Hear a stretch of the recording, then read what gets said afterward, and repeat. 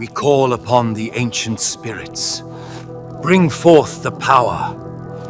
Perang Kosmik Anunnaki, kisah penciptaan dunia dari darah dewa. Sahabat satu pesan, selamat datang.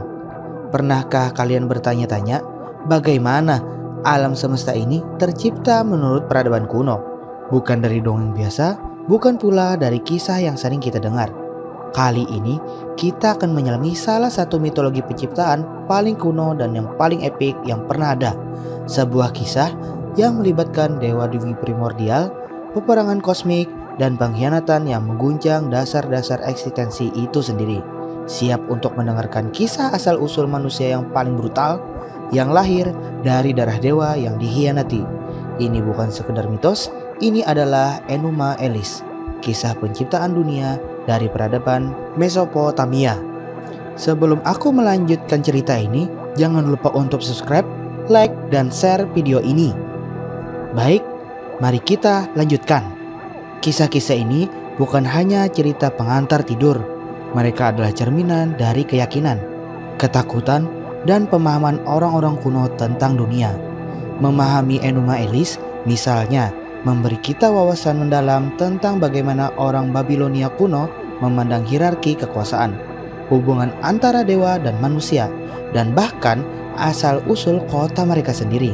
Mereka percaya bahwa kehidupan mereka, tujuan mereka, dan struktur masyarakat mereka semuanya berasal dari peristiwa-peristiwa kosmik yang diceritakan dalam mitos ini. Adalah jendela menuju jiwa peradaban kuno yang kuat dan berpengaruh.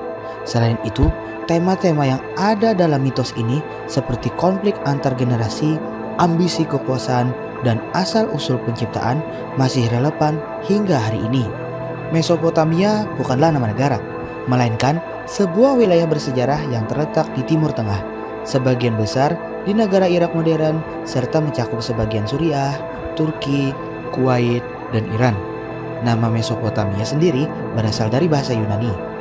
Meso, tengah, dan Potamos, sungai, yang secara harfiah berarti di antara sungai. Dua sungai yang dimaksud adalah Sungai Tigris dan Sungai Efrat, yang menjadi sumber kehidupan dan peradaban di wilayah tersebut.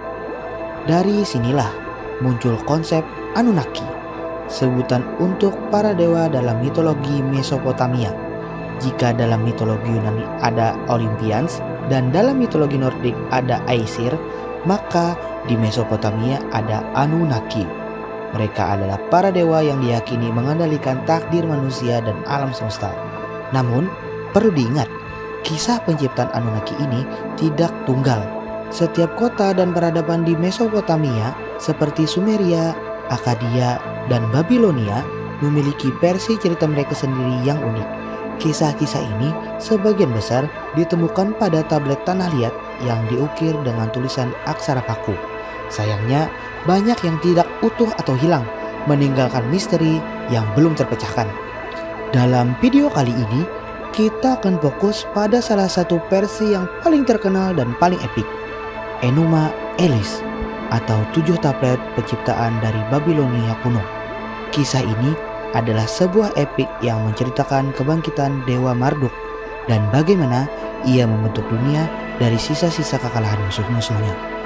Pada awalnya, tidak ada apa-apa, hanya ada kekacauan air yang berputar-putar dalam kehampaan.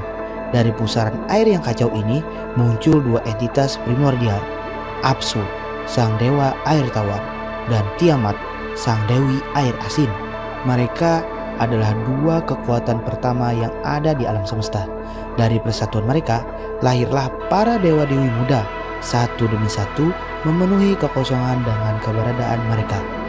Namun, para dewa muda ini sangat bising, dan suara-suara mereka mengganggu ketenangan abdi Apsu. Merasa jengkel dan lelah, Apsu berencana untuk membunuh semua keturunannya.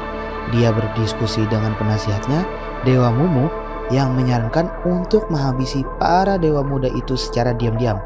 Tiamat, yang mencintai anak-anaknya meskipun mereka berisik, menolak rencana kejam ini. Namun, Apsu tetap berkeras. Berita rencana Apsu ini sampai ke telinga salah satu dewa muda yang paling bijaksana, Dewa Enki, yang dikenal juga sebagai Ea. Dalam versi lain, Tiamat sendiri yang membocorkan rencana itu. Tidak tahan melihat anaknya dibunuh, apapun alasannya, Enki bergerak cepat. Dia melantunkan mantra sihir yang kuat, membuat Apsu tertidur lelap. Dalam tidurnya, Enki membunuh Apsu dan memenjarakan Mumu. Dari jasad Apsu, Enki membangun sebuah tempat tinggal, dan di sanalah ia dan istrinya, Dewi Ninhursak, melahirkan dewa-dewi baru, termasuk dewa yang paling perkasa di antara mereka semua, Marduk. Kematian Apsu membuat Tiamat murka. Amarahnya meletus menjadi badai kebencian yang tak terbayangkan. Dia yang tadinya menolak rencana Apsu, kini berbalik ingin membalas dendam atas kematian suaminya. Tiamat mengangkat Kingu, kekasih barunya, menjadi pemimpin pasukan dan memberinya tablet takdir, Tablet of Destiny, sebuah artefak yang memberinya kekuatan untuk mengendalikan nasib. Dengan artefak itu, Kingu menciptakan 11 monster yang mengerikan untuk melawan para dewa muda. Peperangan pun pecah. Para dewa muda kewalahan menghadapi pasukan Tiamat. Dalam keputusan mereka, dewa-dewa ini menoleh kepada Ansar, kakek Marduk, untuk meminta bantuan. Ansar melihat potensi besar dalam diri Marduk dan menawarkan kepadanya kesempatan untuk memimpin mereka. Marduk setuju, tapi dengan satu syarat. Ia harus diangkat menjadi raja para dewa dengan otoritas yang lebih tinggi dari siapapun, bahkan kakeknya sendiri. Meskipun awalnya ragu, para dewa muda tidak punya pilihan lain. Mereka mengabulkan permintaan Marduk. Dengan kekuatan penuh, Marduk menghadapi Tiamat. Ia menggunakan badai anginnya untuk menjerat Tiamat dan kemudian menembak panah yang menembus jantung sang dewi. Tiamat pun tewas. Air matanya yang mengalir kemudian membentuk sungai Tigris dan sungai Efrat, dua sungai yang sangat penting bagi peradaban Mesopotamia. Setelah mengalahkan Tiamat, Marduk mengalahkan Kingu dan mengambil tablet takdir. Dia juga menaklukkan 11 monster ciptaan Kungu dan menjadikannya sebagai hiasan kemenangannya. Kemenangan Marduk tidak berhenti di situ. Dengan jasad Tiamat, ia menciptakan dunia. Dari tubuhnya, ia memisahkan langit dan bumi. Ia membentuk siang dan malam, menetapkan pergerakan bintang-bintang, dan menciptakan awan hujan. Ia memberikan tugas kepada setiap dewa untuk menjaga bagian-bagian tertentu dari ciptaan barunya, dan lahirlah dunia seperti yang kita kenal sekarang. Namun, dunia yang baru ini membutuhkan pelayan. Marduk dan Enki berdiskusi tentang apa yang harus dilakukan terhadap Kingu dan pengikut Tiamat yang tersisa. Enki mengusulkan untuk membunuh Kingu dan menggunakan darahnya untuk menciptakan manusia.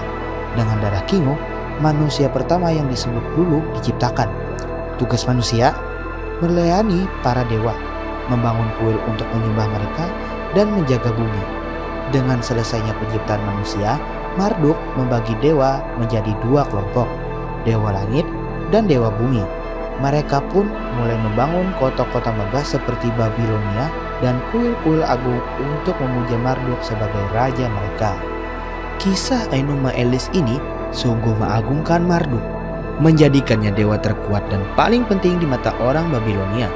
Festival tahun baru mereka selalu diisi dengan pembacaan epik ini, di mana patung Marduk diarak untuk merayakan kemenangannya.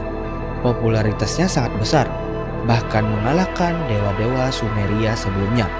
Namun, perlu diingat, seperti yang kita singgung sebelumnya, cerita ini berbeda dengan versi Sumeria dan atau lainnya. Versi Sumeria misalnya mengagungkan dewa Enki sebagai dewa terkuat, bukan Marduk. Ini menunjukkan betapa dinamisnya mitologi ini dan bagaimana setiap peradaban memiliki pahlawannya sendiri. Oke, dan itulah kisah epik Enuma Elis dari peradaban Babilonia kuno, sebuah cerita yang memadukan penciptaan, pengkhianatan, peperangan, dan kelahiran manusia dari darah dewa. Sebuah kisah yang tak hanya membentuk dunia, tapi juga cara pandang manusia terhadapnya. Bagaimana menurut kalian sahabat satu pesan? Mitos mana yang paling membuat kalian penasaran? Selanjutnya, kita akan bahas dua versi penciptaan lagi. Versi Sumeria, Eridu Genesis, yang mengagungkan dewa Enki, dan versi yang paling kontroversial yang mengklaim Anunnaki adalah makhluk alien. Terima kasih telah menonton video ini sampai habis. Jangan lupa untuk klik tombol like jika kalian menyukai video ini. Tinggalkan komentar dengan saran konten tentang apa lagi yang ingin kalian dengar. Subscribe channel ini agar kalian tidak ketinggalan setiap kali kami mengunggah konten menarik lainnya. Sampai ketemu di kisah-kisah selanjutnya.